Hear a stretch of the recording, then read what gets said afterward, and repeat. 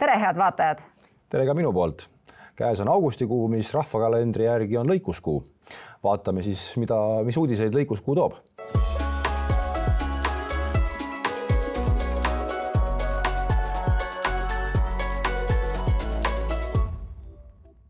Kübara ja päikeseprillid jätsin nüüd koju riiuli peale, sest väljas saab vihma. Aga kuidas meil koristusega on? Jah, olenemata heitukust ilmast on koristus ikkagi alanud ja on ikkagi võib öelda seda, et talioder on suures pildis koristatud. Esimesed külvid ka kindlasti juba mõnel pool tehtud ja ka varast otra tegelikult on juba kohati liikunud, mis paraku ei ole tegelikult just kõik õigeaegsem, aga midagi teha ja aasta on selline.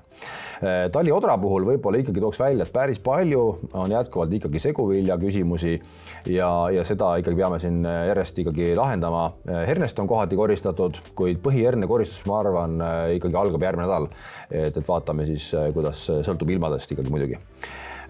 Nisukoristus on tegelikult alanud, siin ikkagi eelnevad päevad on juba tulnud ja eile võib-olla siis lõuna pool sai rohkem juba võtta ja kvaliteedi osas natukene vara veel midagi põhjapanevat öelda, aga kõiguvad, on madalamaid, on kõrgemaid, nii et vaatame siis, mida hooaeg selles osas ka edasi toob.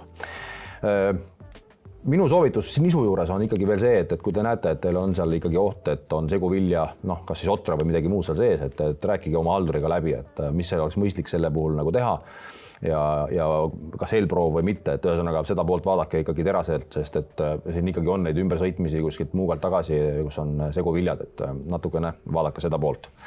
Ja olenemata sellest, et hooaja algus on heitlik olnud, siis ma ütleks, et me oleme kõik mured saanud ära lahendada tänasel päeval ja ma loodan, et saame seda edaspidi, et hoiame enda paindlikkust ja kuna meil on vastuvõtud ja kuivatud üle Eesti, siis ma usun, et sellega tagab. Et vaatame, mis siis hooaeg edasi toob. Sellel aastal on meil ju kuivateid rohkem, mistõttu me saamegi üle Eesti tegelikult väga kiiresti teenust pakkuda, et see aitab kaasa kindlasti sellisele heitlikule ilmale. Jah, ega ju kõrged niiskused, mis meil on tegelikult täna tulnud, ei tähenda seda, et me saame kiiresti kuivatada, et see on ka kindlasti probleem igal pool, aga jah, ma arvan ka, et suur vastuvõtuvõrk tagab üsna hea paindlikkuse selle koha pealt, nii et väga hea. Ja vaatamegi siin juures, kuidas siis Euroopas koristus on läinud, Marge. Oskad sa selle kohta mingit infot jagada? Eile just rääkisin ka kolleegide ja partneritega üle Euroopa, et vaadata, kuidas see koristuspilt siis on, et kui hakata kõige lähemalt pihta, siis ega tegelikult vihma sajab meil ümberringi, et siin rooslased on praegu väga hädas, samamoodi on siis koristus peatunud, Lätis, Leedus samamoodi, et ollakse nii-öelda koristusega maas, võib-olla leedukad ongi kõige paremas seisus olnud, et nad said enne seda vihma juba koristada, aga praegu seal põhimõtteliselt ka ikkagi vihm segab. Ja kui nüüd lõuna poole veel liikuda, siis poolakad said hästi koristatud, seal on väga head saagikused, proteiin jääb natuke madalamaks. Saksamaal samamoodi segab vihm praegu, et koristus ka samamoodi seisab. Ja kui liikuda veel lõuna poole, siis Prantsusmaal on olnud väga hästi, et seal on nüüd praktiliselt nisu koristatud, 90% ametlikel andmetel on neil juba siis nisu põllud võetud, nii et selles mõttes on olukord väga erinev ja koristus ongi nüüd jõudnud siis siia põhjapiirkonda, et soomlastega ka eile rääkisin, et nemad ka vaikselt hakkavad seal võtma, aga läheb veel natukene aega. Nii et kõik seisavad tegelikult silmitsi siis hetkel vihmaga, see, mida meil enne kevadel ei olnud, siis nüüd siis see vihm alla sajab. Siis vihm taevasse ei jää. Ja ütleme nii, et kvaliteedid kindlasti sellest johtuvalt ka saavad siin kannatada, nii et väga huvitav, mis siis ikkagi siit Baltikumi põldudelt tuleb ja mida siis ja mis kvaliteete ikka me siit Läänemerest siis laevatada saame.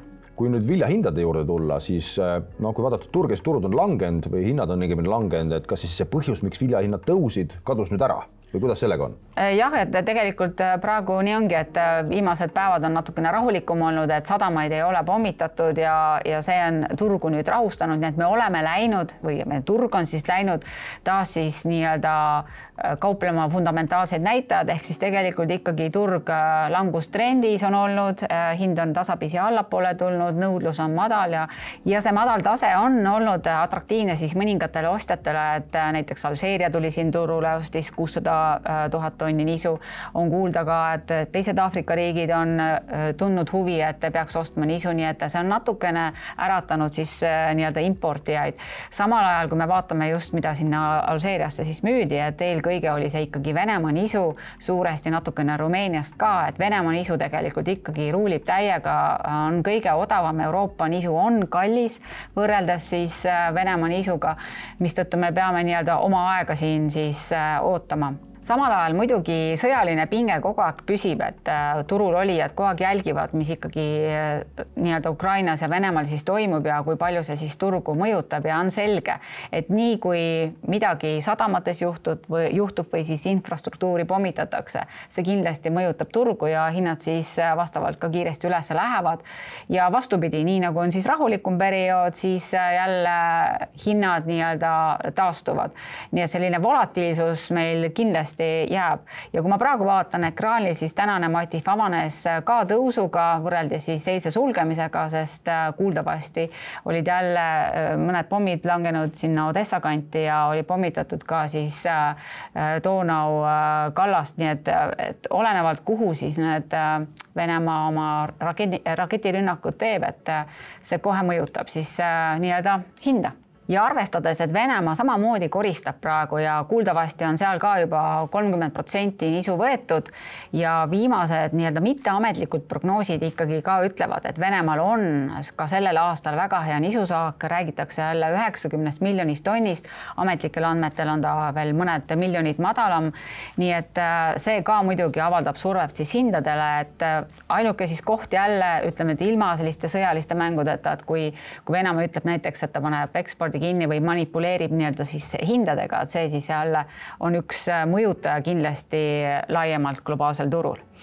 Ja kui me vaatame teisi kultuure, siis samamoodi nagu nisu on ka teised kultuurid languses, et odra hind on samamoodi ju langenud ja odra hinda kindlasti mõjutab ka odav mais, mis tuleb Brasiiliast, et see saak on seal väga kõva, seal käib suure hooga koristus.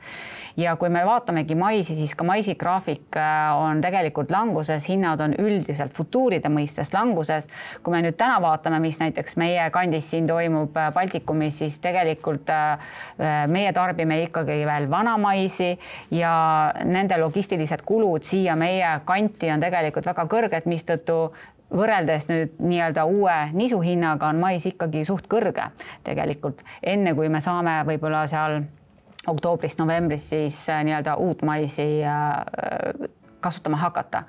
Nii et suures pildis ikkagi saame öelda, et kõik turud on languses hetkel, nii et on vaja nagu uut sellist päästikut, et mis siis et viiks hinnad ülesse. Ja maisi juurde veel tagasi tulles, et nüüd meil on tegelikult juba august käes ja võime öelda, et juulikuu, mis oli USA maisipõllude jaoks väga oluline, siis see risk on ka nüüd maas, et USA hakkab varsti maisi koristama, kui nüüd just ei tule mingit, ma ei tea, väga suurt tormi, mis põllud maha murrab, aga iseenesest selline kuum ja vihm on nüüd nagu möödanik, et täna võime öelda, et ainuke fookus, mis USA-s on praegu siis sojapõllud, et seal on nüüd oluline see august ja jälgida, et kuidas seal ilm areneb, aga muus osas on tegelikult ka sealt see ilma komponent nagu maas. Kohe-kohe on algamas ka tegelikult ju talirapsi koristus, ega see ka kaugel ei ole, et kuidas meil rapsi hindade osas on? Raps on praegu kindlasti mõjutatud soja hinna liikumisest, et kui me võtame soja, siis ega siin pilt on samasugune, et hinnatase on praegu allapoole tulnud. Üldiselt kõik futuurid on langustrendis ja rapsi puhul on kõikumine väga suur olnud, et siin me olime juba päris heal tasemel, muuga hinnad olid seal isegi seal 460-470 juures ja nüüd me oleme seal õrna 400 juures. Täna ma vaatan, on novembri Matif natukene kosunud, on tõusus, kuna ka nii-öelda Chicago turg on plussis, nii et see täna on natukene mõned eurod nagu paremad.